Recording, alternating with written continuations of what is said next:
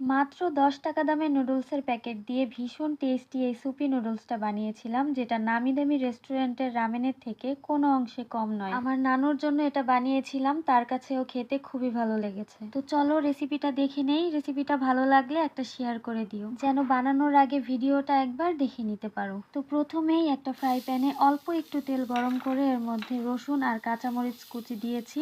এগুলো একটু ভাজা ভাজা করে নিব। আমি এখানে একদম সামান্য একটু আদা আর রসুনের পেস্টও দিয়েছি, যাতে ফ্লেভারটা ভালো আসে। এগুলো তেলের সঙ্গে কিছু সময় ভেজে নিয়ে দিয়ে দিলাম পানি। এখানে 2 প্যাকেট নুডলসের জন্য 2 মগ পানি ব্যবহার করেছি। সামান্য একটু লবণ দিয়ে দিলাম।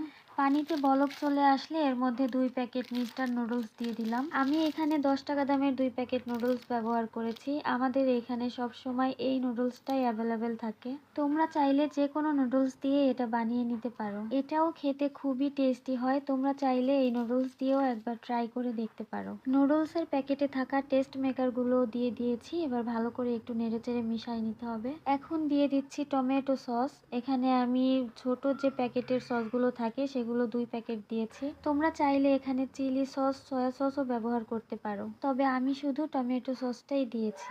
নুডলসটা সেদ্ধ হয়ে গেছে। এই পর্যায়ে একটা ডিম ফাটিয়ে এর মধ্যে দিয়ে দিলাম।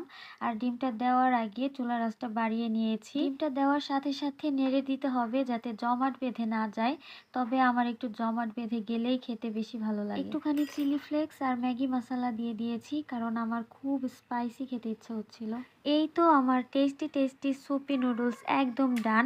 আম্মু এখানে আমার জন্য একটা বাটিতে সার্ভ করে নিয়েছে আর একটু লেবুর রস চিপে দিচ্ছে। লেবুর রসটা দিতেই হবে, তা না হলে এর আসল টেস্টটা পাওয়া যাবে না। গাইস, বিশ্বাস করো এটা খেতে অনেক বেশি মজা হয়েছিল। আমার আম্মুর আর আমার নানুর কাছেও খুবই ভালো লেগেছে। তোমরাও চাইলে একবার ট্রাই করে দেখতে পারো। Thanks for watching. আল্লাহ হাফেজ।